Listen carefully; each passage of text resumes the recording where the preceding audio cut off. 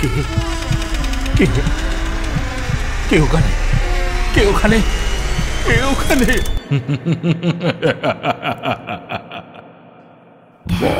ভুতুরে, যেখানে জীবিত সব চরিত্র।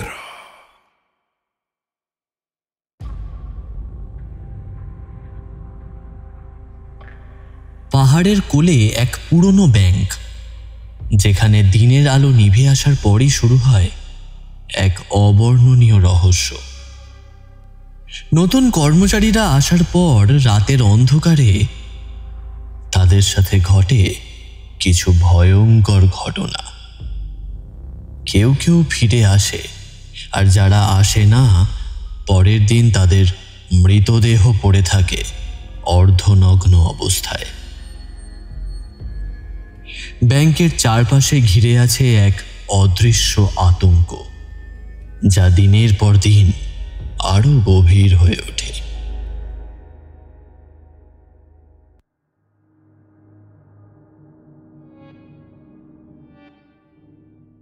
শান্তনু, এক নবাগত কর্মচারী, নতুন উদ্যম নিয়ে এই ব্যাংকে যোগ দেয়। প্রথম দিনেই সে অনুভব করে কিছু অস্বাভাবিক।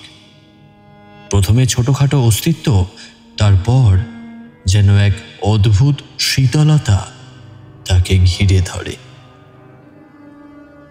পুরনো কর্মচারী কল্যাণবাবু তাকে সাবধান করে, কিন্তু শান্তনু জানত না তার সতর্কবাণীর আসল অর্থ। রাত বাড়ার সাথে সাথে পরিস্থিতি আরো জটিল হয়ে ওঠে, আর এক নারীর অশরীরী উপস্থিতি ক্রমশ ধীরে ধীরে শান্তনুর চারপাশে ঘনীভূত হয়। এই নারী কে? কেন এই ব্যাংকের সাথে জড়িয়ে আছে এত সব ভয়াবহ ঘটনা? আর সবচেয়ে বড় প্রশ্ন, শান্তনু কি রাত পার করতে পারবে, নাকি তার জীবনও পরিণত হবে এক বিভীষিকায়? জানতে হলে শুনতে থাকুন বং ভুতুরের এইবারের নিবেদন, সুলেখক রনিত ভৌমিকের কলমে, একটি মায়াবী রাতে।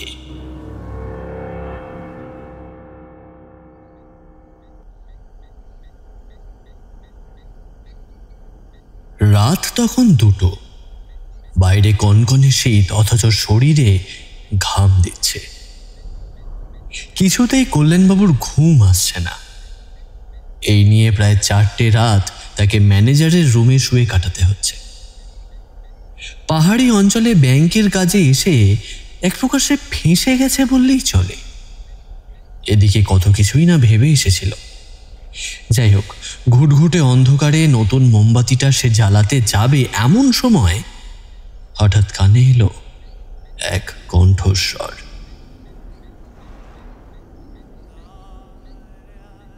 এবং সঙ্গে সঙ্গে মৃদু সুগন্ধ, কাপড়ের খসখস, এক নারীর অবয়ব সে উপলব্ধি করতে পারল। আস্তে আস্তে ঘরটা মায়াবী আলোতে ভরে গেল। কল্যাণবাবু নিজের চোখের সামনে দেখতে পেলেন সিকিমি পোশাকে একজন নারী তার সামনে দাঁড়িয়ে আছে। অসাধারণ সুন্দর দেখতে। তার উদগ্র যৌবন কল্যাণবাবুকে আকর্ষিত করতে লাগল। সেই নারী তার চাপার কলির মতো হাত ঠোঁটে রেখে কল্যাণবাবুকে চুপ করতে বলল। তারপর বিছানায় এসে বসল এবং হাত দিয়ে তাকে স্পর্শ করল। কল্যাণবাবুর শরীর একেবারে নিথর। ওই মুহূর্তে তার কোনো হুঁশ নেই। শরীর যেন অন্য কারোর অধীনে। সেই নারী তার ঠোঁট ঠোঁটে রাখতেই কল্যাণবাবু প্রচণ্ড চিৎকার করে উঠল।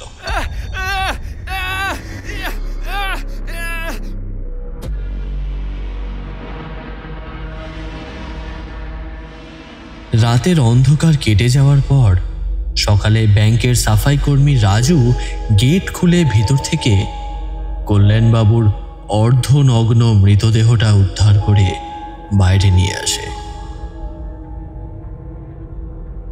হ্যাঁ, নতুন দায়িত্বে আসা ব্যাংক কর্মী কল্যাণ ঘোষের এই অকাল মৃত্যু ঘিরে ধোঁয়াশা রয়ে গেছে। কিভাবে তার মৃত্যু ঘটল, ওই নারী কে? এই বিষয়ে প্রশ্নগুলো যখন ব্যাংক কর্মীদের মনে ধীরে ধীরে উঠতে শুরু করে, তখন থেকেই দেখা গেল যে শহর থেকে প্রায় কোনো কর্মী এই ব্রাঞ্চে পোস্টিং নিতে আগ্রহী নয়, যার ফলে দিনের পর দিন ওই ব্রাঞ্চে কোনো কাজই ঠিকমতো হয় না।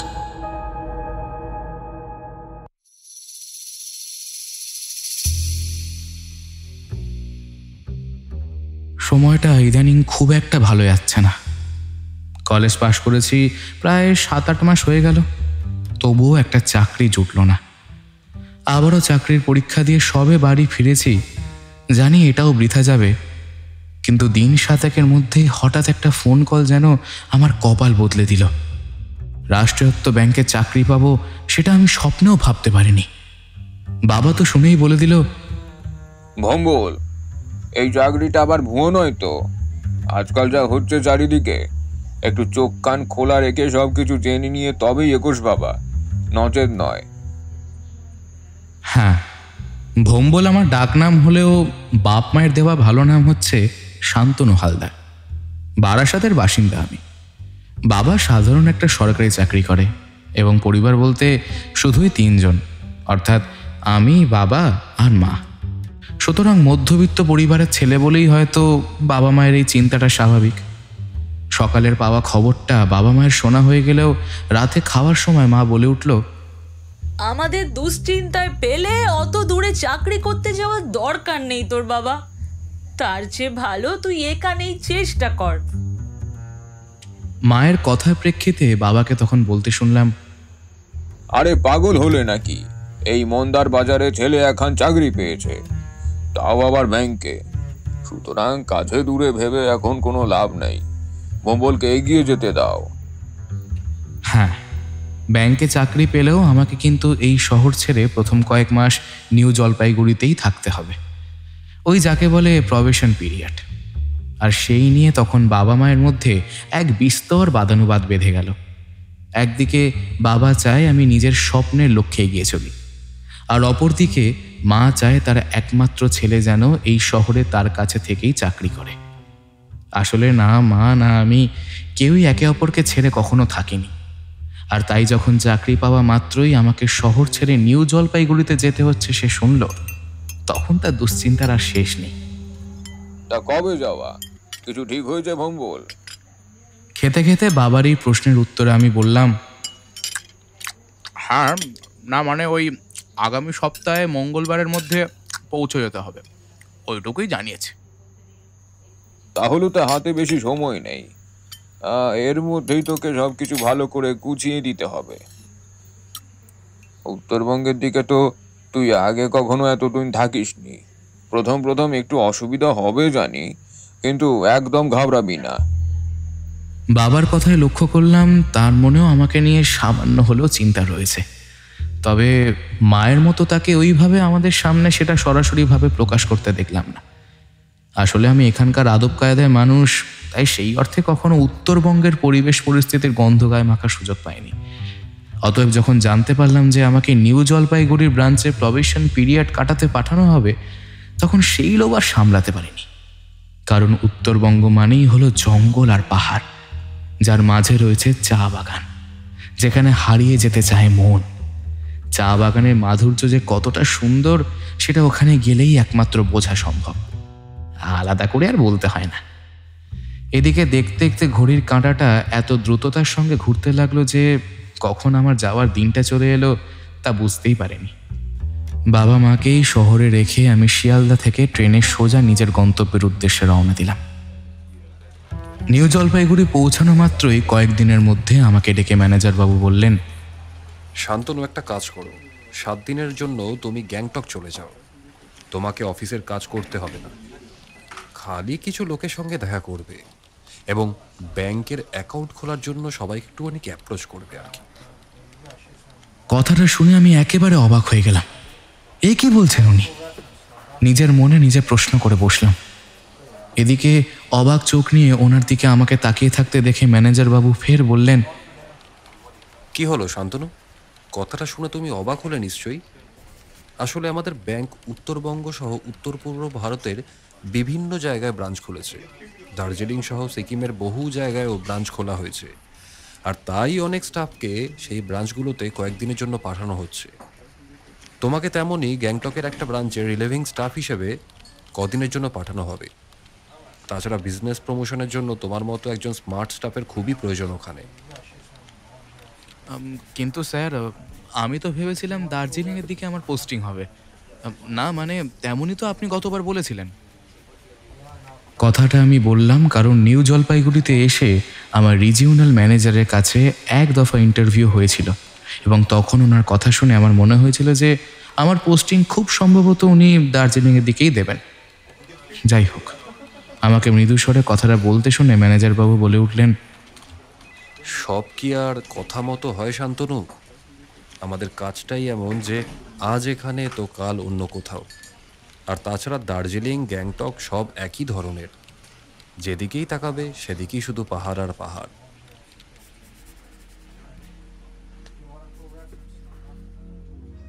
হ্যাঁ, এই কথাটা ম্যানেজারবাবু মন্দ বলেননি। দার্জিলিং হোক কিংবা গ্যাংটক, সবটাই যে পাহাড় এবং মেঘের মায়াবী খেলার এক অদ্ভুত কানুন। অতএব আমি আর দেরি না করে কদিনের মধ্যে গ্যাংটকের উদ্দেশ্যে বেরিয়ে পড়লাম। নিউ জলপাইগুড়ি স্টেশন থেকে গ্যাংটক যাওয়ার জন্য অনেক গাড়িই পাওয়া যায়। সেরকমই একটা ট্রাভেল এজেন্সির সঙ্গে রফা করে আমি একটা সুমো বুক করে যাত্রা শুরু করলাম। নিউ জলপাইগুড়ি থেকে গ্যাংটক যাওয়ার জন্য সেভক দিয়ে যেতে হয়। এই রাস্তা দিয়ে এর আগে আমি কখনো যাইনি, সুতরাং এই অভিজ্ঞতা আমার একেবারে প্রথম। দুপুর 1:30 নাগাদ তিস্তা ব্রিজ পার করে এগিয়ে চলল সুমো, আর সেই সঙ্গে আমার সঙ্গী হয়েছিল প্রকৃতির এই অদ্ভুত সৌন্দর্য। শুনেছি গ্যাংটক এলাকার প্রাকৃতিক মহিমার কারণে এটিকে সিকিম রাজ্যের অন্যতম গুরুত্বপূর্ণ শহর হিসেবে চিহ্নিত করা হয়। তার আকর্ষণীয়তা এবং প্রাণবন্ততা অসাধারণ। মেঘ যেন একটা তোড়ার মতো সব জায়গায় ছড়িয়ে আছে, যার মূল কেন্দ্রবিন্দু হচ্ছে অপূর্ব কাঞ্চনজঙ্ঘা। শহরটায় ঢোকার মুহূর্তে রডোডেনড্রনের ঘ্রাণ যেন মনে হবে স্বাগত জানাচ্ছে। পাহাড়ি রাস্তা দিয়ে যেতে যেতে কখনো বিরক্তি লাগে না, প্রত্যেকবারই একই রকম ভালো লাগে। যাই হোক, গ্যাংটক পৌঁছালাম তখন প্রায় সন্ধে 7টা।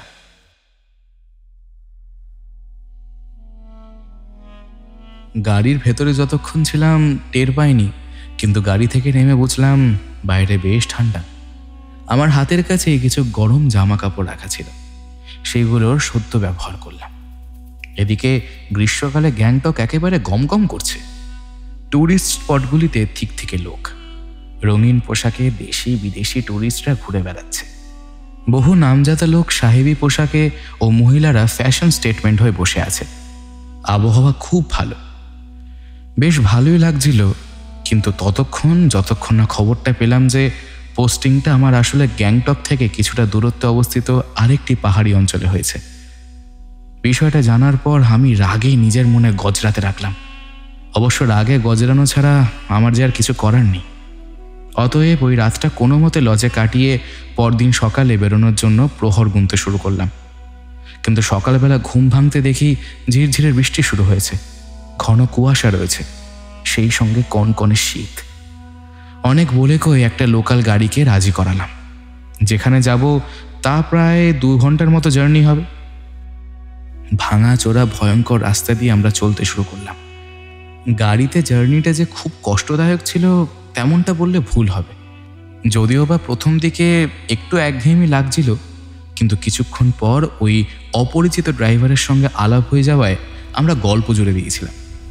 গাড়ি চালাতে চালাতে সে বলল, একা একা এদিকে কি ঘুরতে যাচ্ছেন দাদা?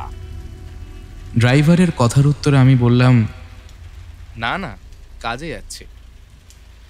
আমার কথা শুনে ওকে অদ্ভুতভাবে আমার দিকে তাকিয়ে বলতে শুনলাম, কাজে? না মানে আপনি কিছু মনে না করলে একটা বিষয় জিজ্ঞেস করতে পারি কি?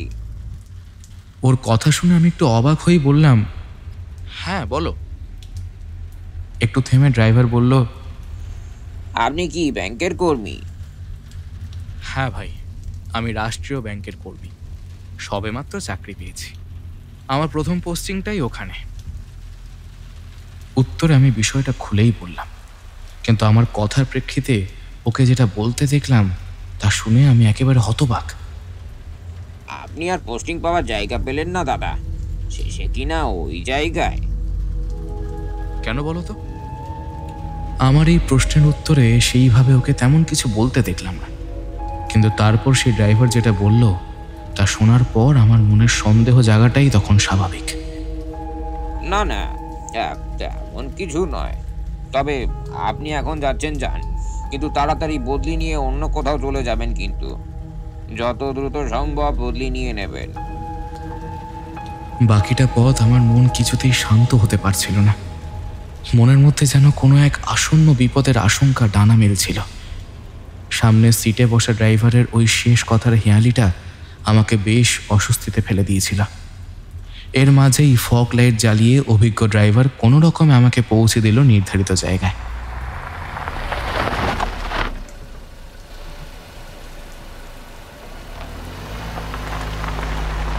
বৃষ্টির মধ্যে রাস্তায় লোক প্রায় নেই বললেই চলে। অবশ্য গোটা অঞ্চলে কোনো এক রাজনৈতিক দলের কনফারেন্সের গেট পোস্টারে ছয়লাম। গাড়িটা একটা চত্বরের ভিতর এক বিশাল বাড়ির সামনে এসে দাঁড়ালো।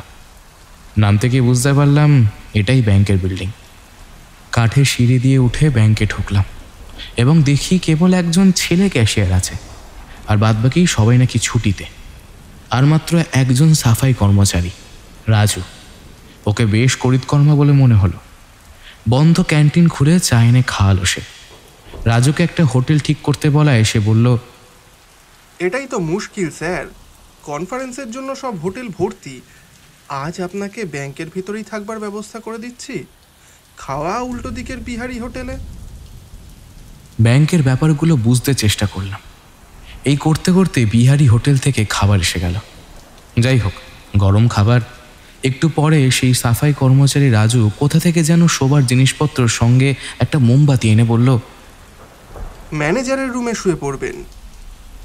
আর কোনো কারণে যদি প্রয়োজন হয় তাহলে পাশের বাড়ির লোককে ডাকবেন, তাকে আমি বলে যাচ্ছি। সন্ধেবেলায় আবার আপনার খাবার আসবে, খেয়ে শুয়ে পড়বেন। আর বাইরের কোথাও যাবেন না, তাছাড়া আজ রাতে তুষারপাত হতে পারে। এই বাইরে কোথাও যাবেন না কথাটা শুনে আমার কেমন যেন ঠেকলো। ফলে কৌতূহলপূর্বক রাজুকে জিজ্ঞেস করলাম, এর মানে কি রাজু? তুমি আমাকে বাইরে যেতে বারণ করলে কেন? আমার প্রশ্ন শুনে একটু থতমত খেয়ে কি যেন ভাবলো রাজু। তারপর বলল, আসলে আপনাকে বললাম না, ওই রাতে তুষারপাত হতে পারে, সেই জন্যেই আর কি। আমার মনের মধ্যে থাকা সন্দেহটা আবারও ভীষণভাবে জেগে উঠল। কিছুটা জোর দিয়ে তাই জিজ্ঞেস করলাম, ব্যাপারটা খুলে বললে ভালো হয়। দেখো, তুমি আমার কাছে কিছু একটা গোপন করতে চাইছো, সেটা আমি ভালো মতোই বুঝতে পারছি। সুতরাং বিনা দ্বিধায় তুমি বলতে পারো। এইবার লক্ষ্য করলাম রাজু আমার দিকে এগিয়ে এসে বলতে লাগলো, এই জায়গাটা মোটেও সুবিধের নয় স্যার। আপনার মতো এর আগে এখানে যারা এসেছিল কেউই 1 মাসের বেশি টিকতে পারেনি। এখানকার লোক এই ব্যাংকের বিল্ডিংকে ভুতুড়ে বাড়ি বলে চেনে। শোনা যায় এখানে নাকি কোনো এক মহিলাকে অজ্ঞাত কারণে খুন করা হয়েছিল এবং তার আত্মা এই গোটা বিল্ডিংয়ে নাকি ঘুরে বেড়ায়।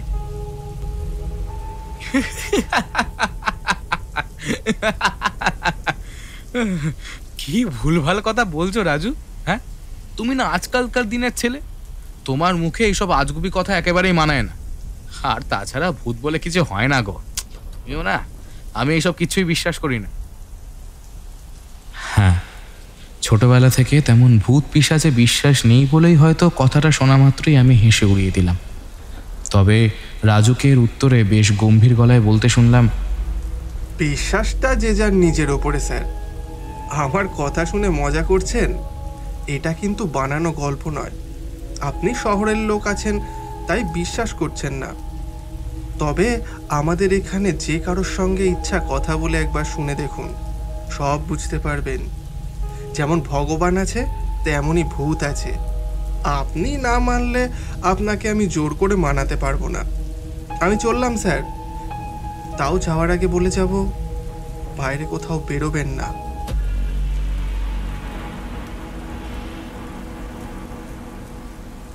কথাটা শেষ করে রাজু আমাকে ওই ব্যাংকে একা রেখে চলে গেল এবং আমিও ওর কথা মতো সন্ধ্যের মধ্যে বিহারি হোটেল থেকে দিয়ে যাওয়া খাবারটা খেয়ে ব্যাংকের গেট বন্ধ করে শুয়ে পড়লাম। পকেটে রেডিওটা অন করে গান শুনতে শুনতে ঘুম এসে গেল আর ঘুমিয়েও পড়লাম। কতক্ষণ ঘুমিয়েছি জানি না। এরপর সবে মাত্র ঘুমিয়েছি, হঠাৎ ব্যাংকের দরজায় কড়া নাড়ার শব্দ শুনে ঘুমটা গেল ভেঙে। টেবিলের পাশে রাখা মোমবাতিটা জ্বালিয়ে কোনো মতে তখন নিজের হাত দুটো দিয়ে চোখ রগড়াতে রগড়াতে দরজাটা গিয়ে খুললাম। আর খুলতেই দেখি একজন মাঝবয়সী ভদ্রলোক আমার সামনে দাঁড়িয়ে হাঁপাচ্ছে। অমনভাবে তাকে হাঁপাতে দেখে আমি জিজ্ঞেস করলাম, আপনি কে বলুন তো? এত রাতে এখানে, তাছাড়া এইভাবে হাঁপাচ্ছেন কেন আপনি? আমার প্রশ্নের উত্তরে সেই ভদ্রলোকটিকে বলতে শুনলাম,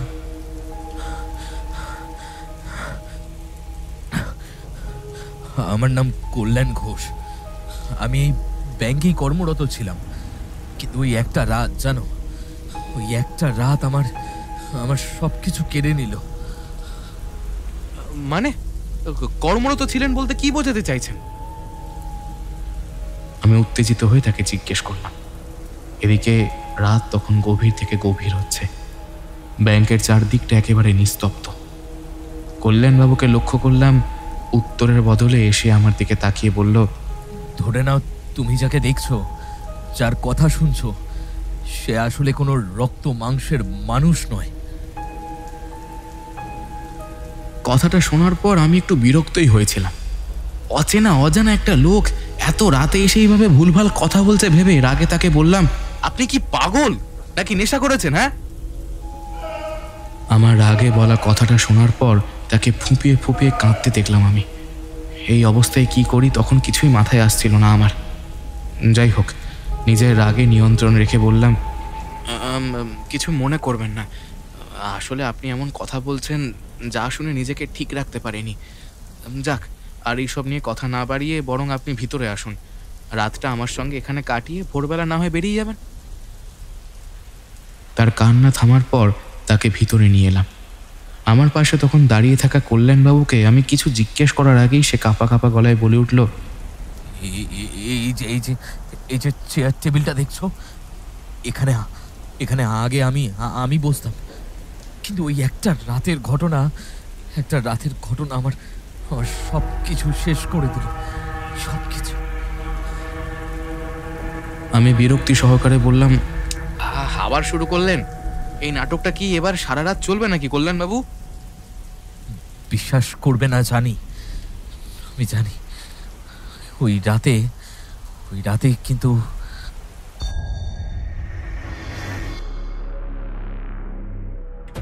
না, তার কথাটা আর সম্পূর্ণরূপে আমার শোনা হলো না, কারণ ওই মুহূর্তে চারপাশটা যেন ধোঁয়ায় ধোঁয়া আর একরকম অদ্ভুত আওয়াজে গম গম করতে লাগলো। আমি নিজের কান দুটায় দু হাত দিয়ে চেপে ধরলাম ঠিকই, কিন্তু কোনো লাভ হলো না। ওই আওয়াজে আমার মস্তিষ্কের শিরাগুলো যেন ফেটে যাচ্ছে। নিজের অজান্তেই তখন মাটিতে লুটিয়ে পড়লাম। চোখ দুটো ধীরে ধীরে বন্ধ হয়ে গেল।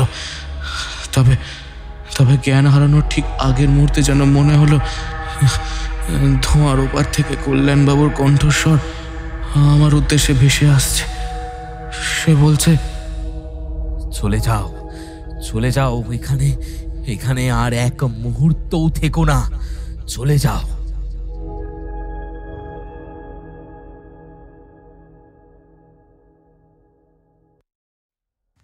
ঘুমটা ভেঙে যেতেই আমার বোধ হলো যে আদতে আমি এতক্ষণ ধরে নিছক একটা স্বপ্ন দেখছিলাম। কিন্তু হঠাৎ কোথা থেকে একটা ঝোড়ো হাওয়া এসে আমার মুখে লাগলো।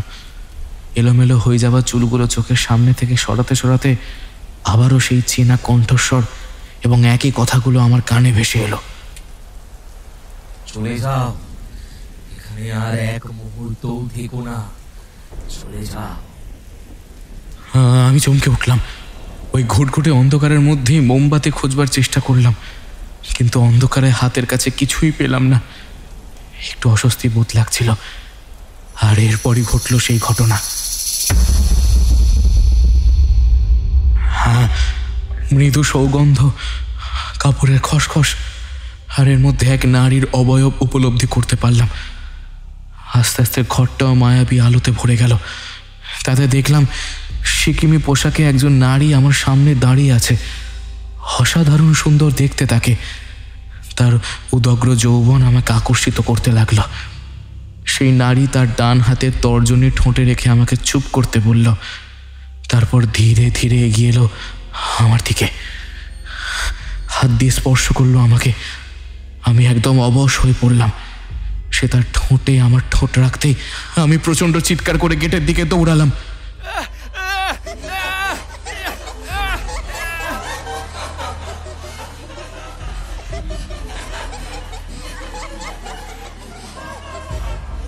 পিছন থেকে অট্টহাসির শব্দ কানে এলো।